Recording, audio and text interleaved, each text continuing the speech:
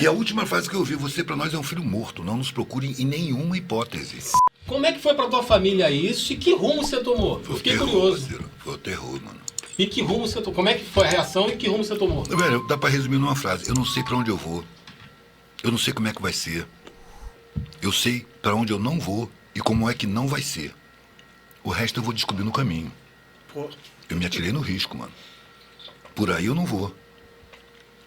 E aí vieram... eu tava até falando antes disso. A primeira era a preocupação com o seu destino. Você vai sofrer, você não pode ser assim impetuoso. Segura a onda, fica na faculdade, tira o seu diploma, não saia, parará, parará. A gente se preocupa com você, com o seu bem-estar, com a sua vida. Na hora que eu falei, não vou por aí. Velho, aquilo virou um ódio. Você vai se dar mal, você vai passar fome, você vai ficar no desabrigo, você vai adoecer, vai ter que precisar da saúde pública, a polícia vai te maltratar. Ué, eu falei, cadê aquele amor todo? E a última frase que eu ouvi, você pra nós é um filho morto, não nos procure em nenhuma hipótese.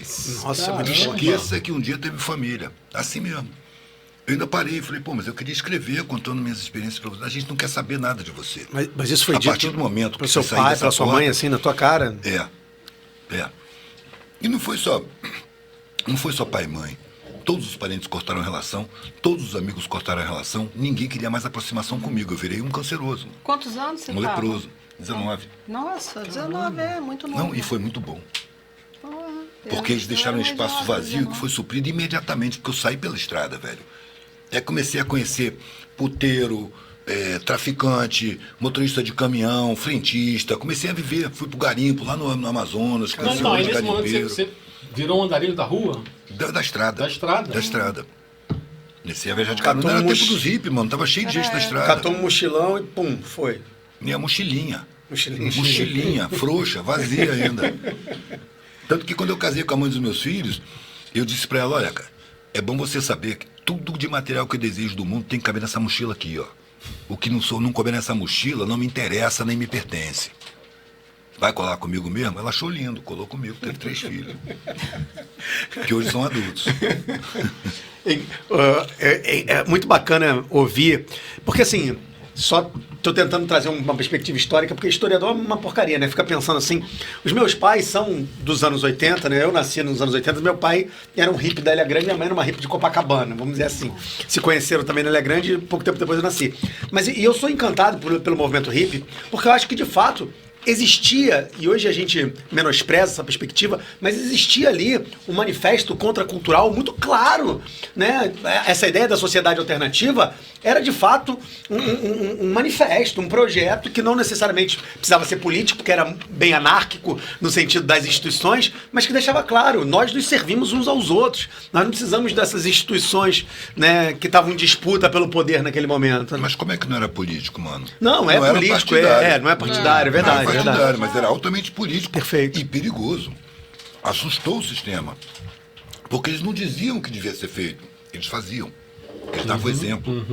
Eu mesmo ia, desde o exército, eu ia na feira hippie e via aquela serenidade, sabe, como, aquela fraternidade entre eles. Falei, cara, que bonito isso. Sabe? Então, quando eu estava na faculdade, eu pegava as férias, eu tinha couro duro por causa do exército. Então, feriado, férias, eu ia pro meio do... Porque eu vivia muito angustiado com aquela realidade. Então, eu pegava 500 conto, ia pra estrada, velho, fazia uma viagem de 1 mês. Economizando o máximo, pedindo coisas, sabe? Como, posso varrer seu quintal aqui, a senhora me dá um prato de comida? E aí eu convivia com os hippies. E falava, cara, os caras têm um sentimento muito harmônico, velho. Os primeiros hippies, depois deteriorou, mas... E aí as feiras hippies lotavam de classe média. E os filhos da classe média viam os hippies e falavam, eu quero ser assim. Então começou a haver uma adesão em massa dos filhos da classe média. Aí a classe média prestou atenção. Aí o Estado começou a perseguir os hippies. Teve uma ordem naquela época, ainda era a ditadura dos militares, que todas as delegacias que vissem um hippie chegar na cidade tinha que prender esse hippie, raspar o cabelo dele, encher de bordoada e botar pra fora da cidade. Isso acontecia. Eu fui preso assim, me botaram pra fora da cidade, só não me cortaram o cabelo nem me bateram. Segundo o policial, a gente não vai te bater não, porque tá muito quente. Era no meio do sertão. Mas nesse caso ali, era a ordem do juiz local, porque passou um hippie um tempo atrás, tinha tido um tempo atrás, e a filha do juiz se encantou com ele e foi embora com ele. Aí o juiz mandou escovar tudo que é hippie que chegar, como se ele fosse um clã, um grupo, não era, velho. Sabe? Então, começou a haver uma perseguição, surgiu um filme, O Carona, que hoje eu procuro no YouTube e não encontro. O Carona era um cara cabeludo, mochileiro, que ficava na beira da estrada e quem desse carona pra ele matava e esquartejava, mano. Caraca. Criminalizando as ameaças. Porque o modo de vida deles encantava pela serenidade, pela solidariedade, pela irmandade. Sabe? Então, era uma proposta de vida sendo vivida. Não era uma proposta teórica de uma nova sociedade. Não, vamos fazer nós. Entre nós é assim.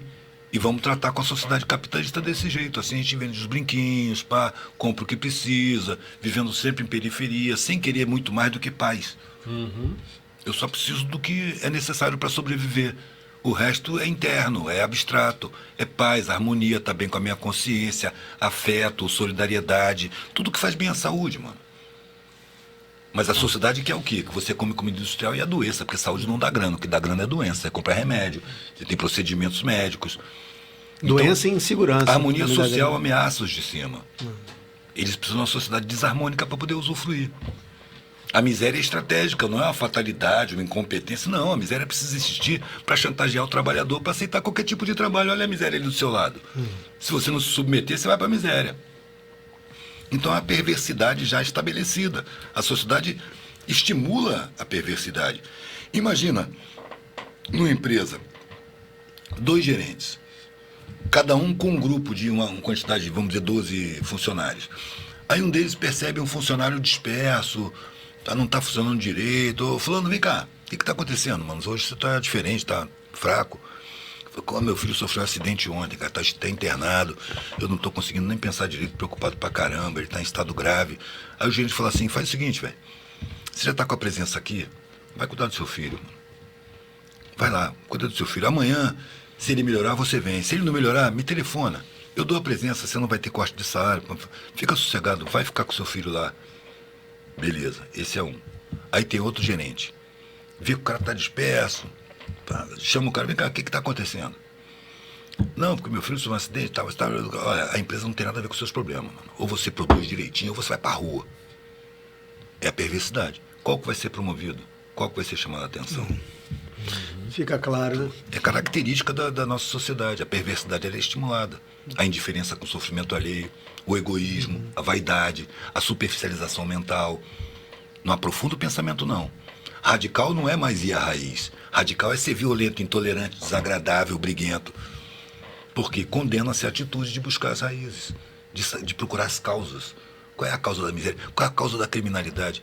A criminalidade é crime organizado, mano. Quem comanda a criminalidade é elite. Gente que fala línguas, que tem acesso ao mercado financeiro, que sabe os becos e os labirintos para pagar arma, pagar droga, buscar arma da Suécia, buscar arma dos Estados Unidos, de Israel, da puta que pariu. O favelado não passa nem na porta giratória de um banco, mano. Sacou? Mas eles, a mídia coloca, claro, é a voz do dinheiro, né? Bota a culpa da criminalidade na favela. E a favela sofre a consequência, velho. A maioria que toma tiro, porque a criminalidade corre, mano. Os tiros passam pelas casas, as paredes são que nem manteiga pra bala de fuzil. Eu já recebi foto de criança no berço, velho, sem o tampo da cabeça. A bala de fuzil passou e levantou o tampo, assim. Nossa. Que nem um frasco. Sacou? Tava assim o tampo da cabeça. E a figura falou assim, divulga isso aí. Nossa, você tá louco, cara. O outro filma 6 policiais estuprando uma menina num beco. Do banheiro dele, mano. Ele filmou com o celular. E mandou pra mim, falou assim, cara, você que tem visibilidade, divulga isso aí. Falei, velho, você quer morrer amanhã? Você acha que os caras não vão localizar o seu banheiro? Você tá louco, mano, essas coisas acontecem. E quando eu era chamado para falar na universidade, eu não podia contar essas histórias. Eu falei, não, esse cara tá exagerando, isso não é verdade. Foi quando criaram os institutos federais que eu fui chamado para falar e percebi que ele estava cheio de periférico. Os institutos tinham mais periféricos, as universidades eram mais classe média. E ali eu falava o verbo rasgado, velho, e as pessoas sabiam que essa é a realidade mesmo. Porque eles têm contato com essa realidade. Eles não acham que é exagero. Às vezes acham até que eu tô falando muito suave. E aí, gostou desse corte?